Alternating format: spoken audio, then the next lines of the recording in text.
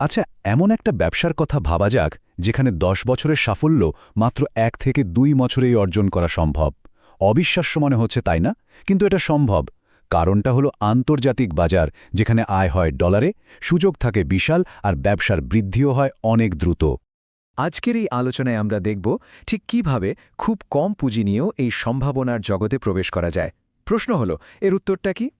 উত্তরটা লুকিয়ে আছে রপ্তানির মধ্যে। চলুন তাহলে শুরু করা যাক। প্রথমে বাংলাদেশের রপ্তানির সম্ভাবনাটা আসলে কত বড় সেটা একটু দেখি। এখন আমরা বছরে প্রায় $৪৮ বিলিয়ন পণ্য রপ্তানি করি, কিন্তু আসল কথা হলো আমাদের যা ক্ষমতা আছে তাতে এটা খুব সহজেই $১০০ বিলিয়ন নিয়ে যাওয়া সম্ভব। মানে সুযোগটা কিন্তু প্রায় দ্বিগুণ।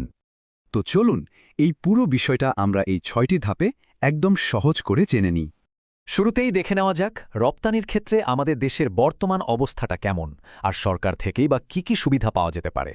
রপ্তানি বললেই আমাদের মাথায় আসে তৈরি পোশাক বা চামড়ার মতো বড় বড় খাতের কথা। এগুলো তো আমাদের মূল শক্তি, এতে কোনো সন্দেহ নেই। কিন্তু মজার ব্যাপার হলো, সুযোগ কিন্তু শুধু এখানেই সীমাবদ্ধ না। এখন কৃষি পণ্য থেকে শুরু করে ছোট ছোট ইঞ্জিনিয়ারিং পণ্য, সব কিছুরই বিশাল বাজার তৈরি হচ্ছে। আর নতুন উদ্যোক্তাদের সাহায্য করার জন্য সরকার কিন্তু দারুণ একটা সুবিধা দিচ্ছে। এটাকে বলে ক্যাশ ইনসেন্টিভ। মানে যা রপ্তানি করা হবে তার ওপর প্রায় ১০% পর্যন্ত নগদ সহায়তাও পাওয়া যেতে পারে। এর ফলে কি হচ্ছে, যাদের পুঁজি কম তারাও কিন্তু এখন রপ্তানি করার সাহস পাচ্ছেন। আচ্ছা, এবার আমরা এমন একটা দিকে যাব যা শুনলে হয়তো অনেকেই অবাক হবেন। রপ্তানি নিয়ে আমাদের যে ধারণা সেটা হয়তো পুরোপুরি পাল্টে যাবে। আমাদের মধ্যে একটা ধারণা আছে যে রপ্তানি মানেই বিশাল ফ্যাক্টরি লাগবে, কোটি কোটি টাকা বিনিয়োগ করতে হবে। কিন্তু সত্যি বলতে কি, দিন বদলে গেছে। আমাদের আশেপাশে ফেলে দেওয়া অনেক সাধারণ জিনিসও এখন বিদেশের বাজারে অনেক মূল্যবান। বিশ্বাস হচ্ছে না? একটা উদাহরণ দিই। আমরা যে চুল ফেলে দিই, সেই চুল সংগ্রহ করে যে পরচুলা বা উইক তৈরি হয়, সেটার কিন্তু এশিয়া আর আফ্রিকার দেশগুলোতে অসম্ভব চাহিদা।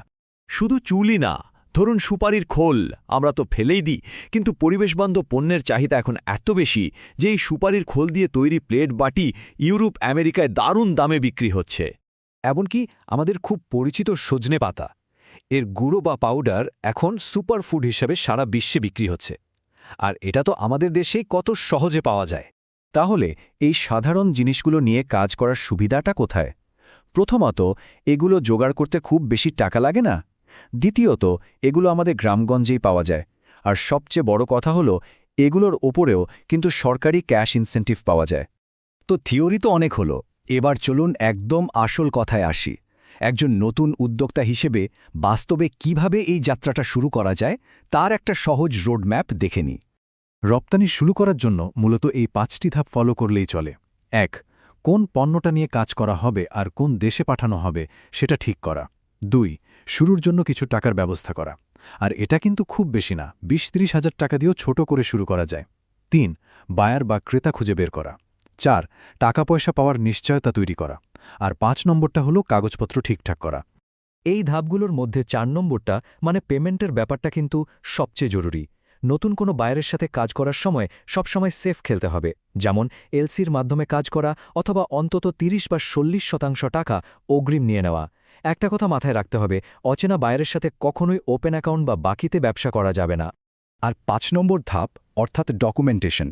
একটা কথা শুনলে অবাক লাগতে পারে, রপ্তানির ক্ষেত্রে অনেক সময় পণ্যের কোয়ালিটির চেয়েও জরুরি হয়ে দাঁড়ায় ঠিকঠাক কাগজপত্র।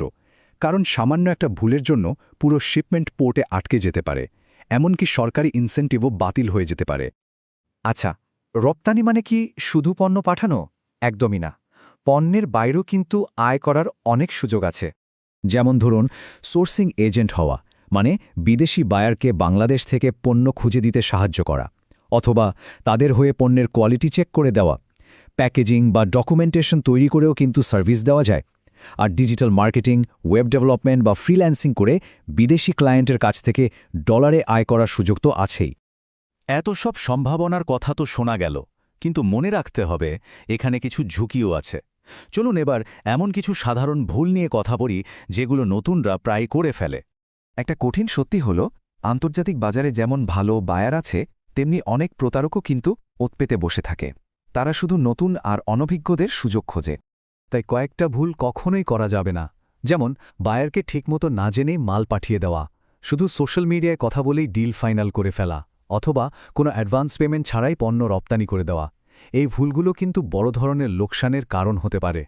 তাহলে প্রশ্ন হল, কিভাবে এই ব্যবসায় লম্বা সময় ধরে টিকে থাকা যায় আর সফল হওয়া যায়? দেখুন, রপ্তানি ব্যবসাকে রাতারাতি বড়লোক হওয়ার উপায় ভাবলে কিন্তু ভুল হবে। এটা আসলে একটা চারাগাছ লাগানোর মতো। শুরুতে অনেক যত্ন নিতে হয়, ধৈর্য ধরতে হয়। ধীরে ধীরে অভিজ্ঞতা আর পরিশ্রমে এই ছোট ব্যবসায়ী একদিন বিশাল বটগাছের মতো বড় হয়ে উঠতে পারে। আজ বাংলাদেশে যারা বড় বড় রপ্তানিকারক তাদের সবাই কিন্তু একদিন শূন্য থেকেই শুরু করেছিলেন। এখন দেখার বিষয় হল এই বিশাল সম্ভাবনার বাজারে নতুন উদ্যোক্তাদের গল্পটা কি হবে, তাদের প্রথম রপ্তানি পণ্যটা কি হতে যাচ্ছে।